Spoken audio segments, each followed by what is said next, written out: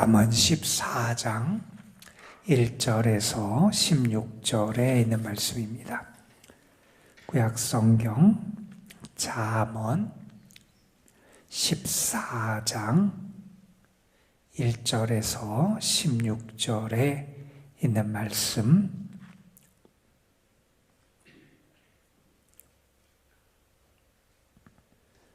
오늘 우리에게 주신 하나님의 말씀 잠언 14장 1절에서 16절 말씀, 우리 함께 한 목소리로 받들어 읽겠습니다.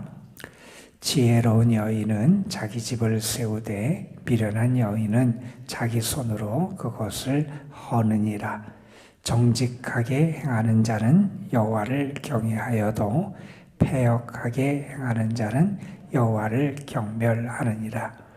미련한 자는 교만으로 입으로 매를 자청하고 지혜로운 자의 입술은 자기를 보전하느니라. 소가 없으면 구유는 깨끗하려니와 소의 힘으로 얻는 것이 많으니라. 신실한 증인은 거짓말을 아니하여도 거짓 증인은 거짓말을 뱉느니라. 거만한 자는 지혜를 구하여도 얻지 못하거니와 명철한 자는 지식 얻기가 쉬우니라. 너는 미련한 자의 앞을 떠나라. 그 입술에 지식이 있음을 보지 못함이니라. 슬기로운 자의 지혜는 자기의 길을 아는 것이라도 미련한 자의 어리석음은 속이는 것이니라. 미련한 자는 죄를 심상히 여겨도 정직한 자 중에는 은혜가 있느니라. 마음의 고통은 자기가 알고 마음의 즐거움은 타인이 참여하지 못하느니라. 악한 자의 집은 망하겠고 정직한 자의 장막은 흥하리라. 어떤 길은 사람이 보기에 바르나 필경은 사망의 길이니라. 웃을 때에도 마음에 슬픔이 있고 즐거움의 끝에도 근심이 있느니라. 마음이 굽은 자는 자기의 행위로 보응이 가득하겠고 선한 사람도 자기의 행위로 그러하리라. 어리석은 자는 온갖 말을 믿으나 슬기로운 자는 자기 행동을 삼가느니라. 지혜로운 자는 두려워하여 악을 떠나나 어리석은 자는 방자하여 스스로 믿느니라. 아멘. 예전에 박해를 받던 어떤 신앙인과 관련된 하나님의 은혜가 그에게 어떻게 임하느냐라는 것을 간증한 내용에 보면 이런 내용이 나와요. 제가 오래전에 박해를 당하고 그를 잡으려고 하는 사람들이 그 마을에 들이닥쳐요. 그 마을은 시골이었고, 그런데 이분이 이제 자기를 잡으려고 했던 사람들을 피하기 위해서 어떻게 하냐면 그 당시 그 집 더미 속에 숨게 돼요. 그런데 그 사람들이 수색을 해서 이 사람을 찾아내지 못하는데, 찾아내지 못하면 바로 좀 떠나면 좋을 텐데 떠나지 않고 그 수색하던 사람들이 그 마을에 계속 며칠 동안 머물러 있는 거예요. 집더미 속에 숨어 있는데 나오지도 못해요. 나오면 잡혀서 어떤 불행과 어떤 고초를 겪을지 모르니 집더미 속에 계속 숨어 있어요. 여러분, 그 속에 숨어 있는데 먹을 것이 어디 있겠어요? 그런데 참 신기하게도 하루에 한 번씩 닭이 와서 자기 집이 있는데 거기 와서 알을 낳고 가는 거예요. 그래서 그걸 먹고 버텨요. 그렇게 며칠을 그렇게 버텼는데 닭이 안 오는 거예요. 어느 날 닭이 안 와요. 큰일 났다. 어떻게 하지? 배고파 죽겠고 그동안 며칠 동안도 그냥 계란으로 겨우겨우 버텼는데 어떻게 하나. 그러다가 기도하는 중에 그런 마음이 들었어요. 닭이 안 오는 것은 분명히 하나님의 계시 같다. 그런 생각이 드는 거예요. 그래서 밖으로 나왔어요.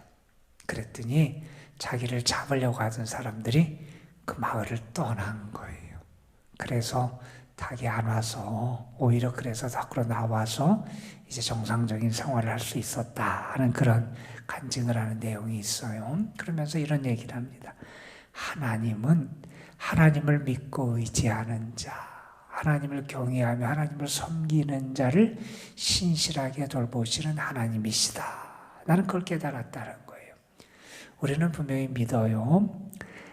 의인의 길은 여호와께서 인정하시나 악인의 길은 망한다 라고 하는 시편 1편의 말씀처럼 우리는 하나님이 의인의 삶을 인정하시고 하나님이 의인을 지키시고 하나님이 의인에게 은혜를 베풀어 주신다 하는 사실을 우리는 분명히 믿어요. 그래서 우리는 의인의 삶, 하나님이 인정하시는 삶, 우리가 잠언과 전도서의 표현으로 하면 참 지혜자의 삶을 살아갈 수 있어야 한다 하는 사실을 우리는 늘 기억해야 할 겁니다. 우리가 계속 지혜자와 그렇지 못한 미련한 사람 혹은 의인과 악인의 대비가 계속되는 말씀을 읽고 있어요. 오늘 말씀 이 잠언 14장의 말씀도 결국 같은 말씀이에요. 어떤 사람이 의인의 삶을 살아가는 사람이고 어떤 사람이 악인의 삶을 살아가느냐, 어떤 사람이 지혜로운 자고 어떤 사람이 미련하고 어리석은 자냐. 특별히 오늘 말씀 1절부터의 말씀에 보면 이런 표현을 써요. 지혜로운 사람은 어떻게 하느냐, 자기의 집을 세우고 미련한 사람은 그 집을 허물어 버린다는 거예요. 여기 보면 지혜로운 여인, 그래서 여인에 대한 이야기 같지만 왜 여인만 그렇게 써요? 지혜로운 남자가 됐던 아이가 됐던 젊은이가 됐건 노인이 됐건 지혜로운 사람은 자기의 집을 잘 세워간다는 거예요. 자기 인생의 집, 자기의 어떤 가정이 됐든 사업의 집이 됐든 자기의 집을 잘 세워가요. 그런데 어리석은 사람, 미련한 사람은 그 집을 자기 손으로 허물어 가요. 참, 그래서 어리석다는 거지요. 그런데 어떤 사람이 집을 세우는 사람이고 어떤 사람이 집을 허무는 사람이냐라고 하는 세우는 사람과 허무는 사람에 대한 그 예를 들어서 설명한 게 1절부터 9절까지의 말씀이에요. 여기 보면 이런 얘기를 합니다. 정직하게 행하는 자는 여호와를 경외하여도 패역하게 행하는 자는 여호와를 경멸한다. 이런 얘기를 해요. 자, 여러분 가만 보세요. 여호와를 경외하는 사람은 누구예요? 정직하게 행하는 사람이 여호와를 경외한다 그랬어요. 여호와를 경멸하는 사람이 누구예요? 그는 패역하게 행하는 사람이라 그랬어요. 가만 보면 하나님에 대한 태도가 그의 삶을 결정을 해요. 정말 하나님을 경외하며 사는 사람은 정직하게 살아가요. 그 정직하게 살아가는 사람의 모습을 보니 결국 하나님을 경외하더라는 거예요. 그런데 그렇지 못한 하나님을 경멸하는 사람은 오히려 정직하지 못하고 패역한 길을 걸어가더라는 거예요. 그래서 하나님에 대한 태도가 바르게 세워 있어야 그 삶이 정직하고 바르게 세워질 수 있다는 거예요. 하나님을 경외하는 사람, 하나님에 대한 바른 신앙을 가지고 살아가는 사람, 그 사람이 집을 세우는 지혜로운 사람이라는 거예요. 지혜로운 사람은 정직한 삶을 살아가고 정직한 삶을 살아가는 삶의 모습은 여호와를 경외하는 것으로 나타나게 되더라 하는 거예요. 그래서 우리가 여호와를 경외하는 것은 단순히 나의 신앙적인 어떤 영적인 차원에서의 유익만 나에게 있는 게 아니라 내 삶을 세워가고 내 삶을 정직하고 바르게 이끌어가는 그러한 바탕이 되는 게 하나님을 경외하는 그런 신앙의 모습이다 하는 것을 우리에게 가르쳐 줍니다. 그 다음에 3절에 보면 어떤 사람이 세우는 사람이고 어떤 사람이 무너뜨리는 사람이냐 또 이런 얘기를 합니다. 미련한 자는 교만하여 입으로 매를 자청하고 지혜로운 자의 입술은 자기를 보전한다. 그래서 지혜로운 사람은 그 입술 언어 생활을 통해서 자기의 삶을 잘 세워나간다는 거예요. 그런데 미련한 사람, 그 사람은 교만하여서 오히려 자기 입으로 매를 자청해. 그러니까 자기의 삶을 사람들에게 인정도 못 받고 오히려 사람들에게 비난을 받고 그 삶 자체 자기의 명예, 자기의 삶의 가치를 무너뜨리는 그런 삶을 살아가더라 하는 거예요. 그래서 정말 자기의 삶을 잘 세우고 자기의 집을 잘 세우는 사람은 지혜로운 입술을 가진 사람이다. 이런 얘기를 합니다. 그 다음에 4절에 보면 또 재밌는 얘기래요. 소가 없으면 구유는 깨끗하려니와 소의 힘으로 얻는 것이 많으니라. 여러분 보세요. 소가 없으면 청소할 일도 없잖아요. 소가 뭐 더럽히고 소가 있는 자리를 뭐 정지하고 치워줄 것도 없고 소 구유를 뭐 더러운 거 깨끗하게 닦아줄 것도 없고 내가 수고할 게 없어요. 소가 없으면 청소할 게 없어서 편해요. 그런데 소가 있으면 내가 그 소를 돌봐야 되고 뭐 여기 보면 여기 있는 대로 구유를 청소해야 되고 막 그래 내가 힘이 들 수 있어요. 그러나 소를 통해서 얻는 유익이 많다는 거예요. 이게 무슨 얘기냐? 지혜로운 사람은 그 미래의 어떤 열매와 소망을 보면서 수고할 줄 안다는 거예요. 당장 눈앞에 보기에 이것은 어려운 것 같고 이것은 내가 청소해야 되는 것 같고 이것은 내가 무언가를 위해서 땀을 흘려야 되는 것 같고 그래서 그것을 안 하려고 그러고 그것을 회피하려고 하는 사람이 세상적으로 보면 지혜로운 사람처럼 보일지 모르지만 그건 어리석은 길이라는 거예요. 오히려 내가 그걸 통해서 얻는 것이 더 많고 내가 그런 수고를 통해서 내가 결실할 것이 더 많다면 그 미래의 열매와 소망을 바라보면서 내가 수고할 줄 알아야 된다. 그게 지혜로운 사람이에요. 그런 사람이 자기의 집을 세우고 자기의 삶을 세워가는 그런 사람이라는 거예요. 여러분 이런 말씀이 또 나와요. 정말 지혜로운 사람은 진실한 말을 한다는 거예요. 5절에 보면 신실한 증인은 거짓말을 아니하고 거짓 증인은 거짓말을 내뱉는다. 그래서 말에서 거짓을 하느냐 진실을 말하느냐 그걸 통해서 진실한 말과 거짓된 말을 통해서 그가 어떤 자기를 세우는 사람인지 그렇지 않은지를 알게 된다는 거예요. 그리고 8절에 보면 이런 말을 해요. 슬기로운 자의 지혜는 자기의 길을 아는 것이라도 미련한 자의 어리석음을 속이는 거다. 이게 무슨 얘기냐면 슬기로운 사람은 자기가 걸어가는 길을 알아요. 내가 어떤 길을 걷는지를 알아요. 자기의 삶의 길을 분별해요. 그러다 보니 유혹이 오거나 속임수가 와도 빠지지 않고 넘어지지 않아요. 그런데 미련한 사람은 자기가 가는 길을 몰라요. 내가 어떤 길을 행하는지 몰라요. 그래서 그 마음에 어떤 속임수가 다가오거나 무엇이 다가올 때 쉽게 넘어가요. 그게 어리석은 사람의 모습이라는 거예요. 그리고 이렇게 얘기합니다. 9절에 보면 미련한 자는 죄를 심상히 여긴다, 우습게 여긴다는 거예요. 그러니까 미련한 사람은 죄를 가볍게 여겨요. 죄를 뭐 짙은 말들 다 그럴 수 있지. 뭐 나만 그런가? 이러면서 합리화시키고 죄를 가볍게 여겨요. 그러나 그렇지 정직한 사람은 그렇지 않다는 거예요.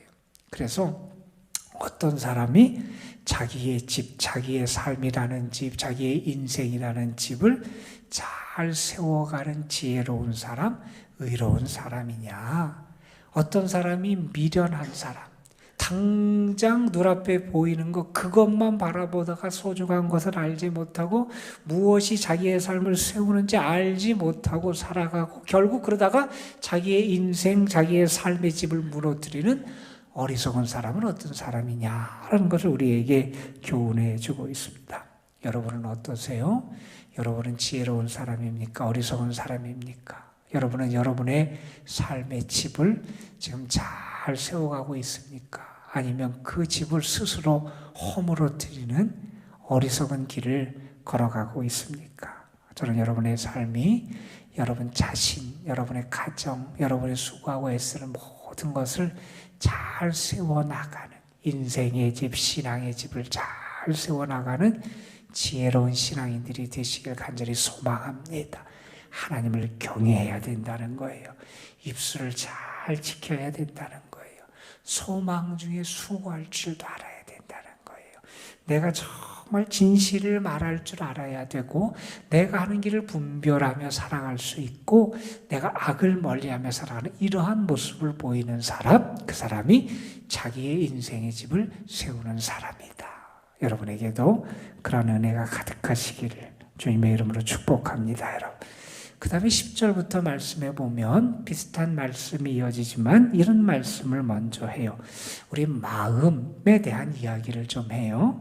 마음의 고통은 자기가 알고 마음의 즐거움은 타인이 참여하지 못한다.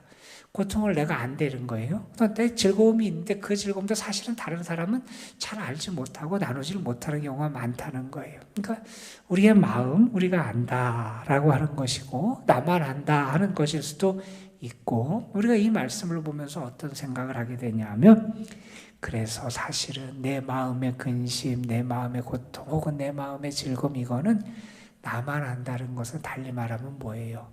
다른 사람은 그거를 제대로 이해하거나 알지 못한다는 것이고, 그걸 또 한 걸음 더 나아가면 세상 사람은 내 마음을 알아줄 수 없다는 거예요. 누구만 알아주시냐? 우리 하나님만 우리의 모든 것을 아시는 분이다 하는 것을 우리가 더 알게 된다는 사실이에요. 자, 그 다음에 이런 얘기를 해요. 12절에 보면 어떤 길은 사람이 보기에 바르나 필경은 사망의 길이다 하는 얘기를 해요. 여러분, 눈에 보이는 것과 눈에 보이지 않는 것을 분별하는 지혜가 있어야 된다는 거예요. 어떤 길은 사람이 보기에 바라요. 그 어그러진 길이나 뭐 그 길로 가면 낭떠러지에 떨어질 것 같고, 그 길로 가면 내가 뭔가 잘못될 것 같고, 그 길로 가면 망할 것 같이 보이질 않는다는 거예요. 바르게 보여요. 좋은 길처럼 보여요. 옳은 길처럼 보여요. 그리로 가면 될 것처럼 보인다는 거예요. 사람이 보기에 그렇게 보인다는 거예요. 중요한 건 뭐냐면 보는 눈이 발라야 된다는 거죠. 그러니까 당장 내 눈앞에 보이는 그런 것만이 아니라 그 보이지 않는 이면, 그 진실이 무엇인지를 볼 수 있는 그런 눈을 가져야 된다는 거예요. 그래서 보이는 것과 보이지 않는 것, 또 그것의 실상을 알 수 있는 그런 지혜의 눈이 우리에게 필요하다는 거예요. 왜요? 어떤 길은 사람이 보기에는 바르나 필경은 막혀 결국은 사망의 길이 있다는 거예요. 여러분, 얼마나 억울하겠어요. 내가 바른 길이고 생명의 길이고 내가 행복한 길인 줄 알고 걸어갔는데 그 마지막이 사망이고 심판이고 죽음이면 얼마나 불행하고 얼마나 억울하겠어요. 그래서 우리는 영적인 지혜의 눈이 필요하다 하는 거예요. 그러면서 13절에 또한 이런 표현을 합니다. 웃을 때에도 마음에 슬픔이 있고 즐거움의 끝에도 근심이 있다 하는 표현이 있어요. 여러분, 가만 보면 내가 행복하고 뭐가 그래서 웃는 것 같은데 마음 깊숙한 건 여전히 근심이나 슬픔이 있을 때가 있다는 거예요. 자, 이 말씀을 우리는 두 가지 측면에서 이해할 수 있을 거예요. 그러니까 밝은 면 그 이면에 슬픔과 고통이나 어려움이 있을 수 있으니 우리는 어떻게 해야 되느냐? 내가 밝고 즐겁고 행복할 때는 그것을 잘 누리고 살아가는 지혜도 우리에게 필요하다. 이런 생각을 우리가 할 수도 있어요. 그런데 이 말씀은 사실은 12절 앞부분의 말씀과 연관시켜서 이해하면 이렇게 이해할 수 있을 거예요. 어떤 길은 사람이 보기에 발라요. 그런데 필경은 사망의 길이 있어요. 내가 그 길을 따라가서 내가 행복할 것 같고 그래서 그 길 안에서 즐겁게 살아가는 것 같아요. 그런데 그 결국에 우리에게 슬픔과 고통이 찾아올 수 있다는 거예요. 그래서 우리는 이 말씀도 이렇게 양면적으로 이해할 수 있을 거예요. 그리고 14절에 또한 이런 말씀도 해요. 마음이 굽은 자는 자기 행위로 보응하겠고 선한 사람은 자기 행위로 그리하리라. 이게 무슨 얘기냐면 마음이 굽은 자는 자기 행위에서 그런 게 나타나게 돼 있다는 거예요. 자, 그러니 뭐냐면 그 사람의 마음이 그 사람의 행위를 결정하더라는 거예요. 그러니까 마음이 정말 중요하다는 그런 이야기를 우리에게 하고 있습니다. 여러분, 오늘 말씀해 보면 여전히 우리에게 계속해서 가르쳐줘요. 뭐가 진짜 길이고 뭐가 가짜 길인지, 무엇가 바른 길이고 무엇이 그른 길인지, 무엇이 우리가 행복한 길이고 무엇이 우리를 불행하게 하는 길인지를 우리에게 가르쳐 줍니다. 저는 여러분에게 영적인 지혜의 눈이 열려서 정말 행복한 걸, 하나님이 보시기에 기뻐하시는 것을 따라갈 수 있는, 그것을 분별하고 따라갈 수 있는 영적인 지혜의 눈이 열리기를 소망하고, 그래서 그래서 여러분의 삶도 집을 세우고 삶을 아름답게 세워가는 주님의 사람들이 되시기를 주님의 이름으로 축복합니다. 기도하시겠습니다. 아버지 하나님, 어떤 길은 사람이 보기에 바르나 필경은 망하는 그러한 길이 있다 그랬습니다. 아버지 하나님, 우리에게 지혜의 눈을 열어주셔서 죽는 길, 사망으로 끝나는 길, 멸망과 심판으로 끝나는 길을 걸어가는 자가 아니라 생명의 길을 걸어가는 주의 사람들 되게 하여 주옵소서. 아버지 하나님, 특별히 오늘은 어떤 사람이 그 집을 세우는 사람인지, 어떤 사람이 그 인생의 집, 가정의 집, 신앙의 집, 그의 삶의 집을 잘 세워나가는 사람인지를 교훈해 주셨습니다. 아버지 하나님, 우리에게 믿음도 주시고 지혜도 주시고 또한 분별력도 주시고 뿐만 아니라 그 믿는 말씀대로 행할 수 있는 능력을 더하여 주셔서 저희들이 우리의 삶을 잘 세워나가는 지혜로운 자들이 되게 하여 주옵소서. 아버지 하나님, 믿음의 참된 지혜가 가득하게 하여 주시고, 그래서 단지 눈에 보이는 것만 따라가는 게 아니라 그 내면의 실체를 바라볼 수 있고 그 결국을 바라볼 수 있는 참 지혜자들 되게 하옵소서. 아버지 하나님, 우리의 삶, 우리의 가정, 우리의 자녀 손들, 우리의 교회, 우리가 다 하나님께 맡깁니다. 하나님, 하나님의 은혜를 더하여 주셔서 우리의 수고와 헌신을 통해서 우리의 삶의 모든 영역들이 바르게 세워지게 하시고 건강하게 세워지게 하여 주시고, 아버지 하나님, 잘 모든 것이 운영되고 진행될 수 있도록 하나님께서 은혜로 붙잡아 주옵소서. 오늘도 저희들이 하나님 앞에 나와서 기도합니다. 하나님의 은혜를 구합니다. 주의 사랑을 의지해서 구합니다. 주님이 부르짖으라고 하신 말씀을 붙잡고 부르짖습니다. 주께서 응답하여 주시고 우리에게 크고 놀라운 일을 행하여 주시옵시고, 특별히 우리의 삶에 하나님의 은혜와 축복의 증거들이 가득하게 하여 주옵소서. 아버지 하나님, 내일 우리 수학능력 시험이 있습니다.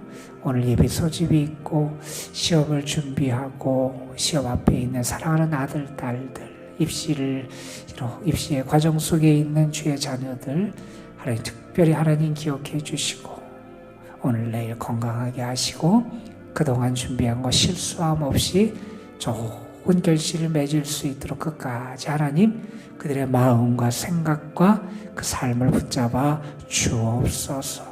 오늘도 우리들을 주님 앞에 나와서 하늘의 은혜를 구할 때 주께서 우리를 사랑하시고 가까이 하시고 우리를 도우시고 우리에게 응답하시고 역사하실 줄 믿습니다.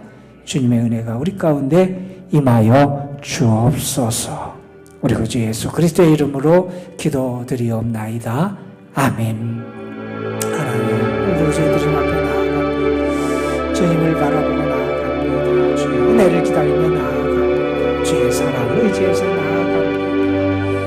하나님, 우리를 오늘도 붙잡아 주시옵시고 주의 사랑으로 우리를 다스려 주시옵소서. 예수 안에 있는 자를 주시고 우리 속에 예수의 생명이 가득하게 하시고 예수 그리스도의 고래 은혜가 가득하게 하시고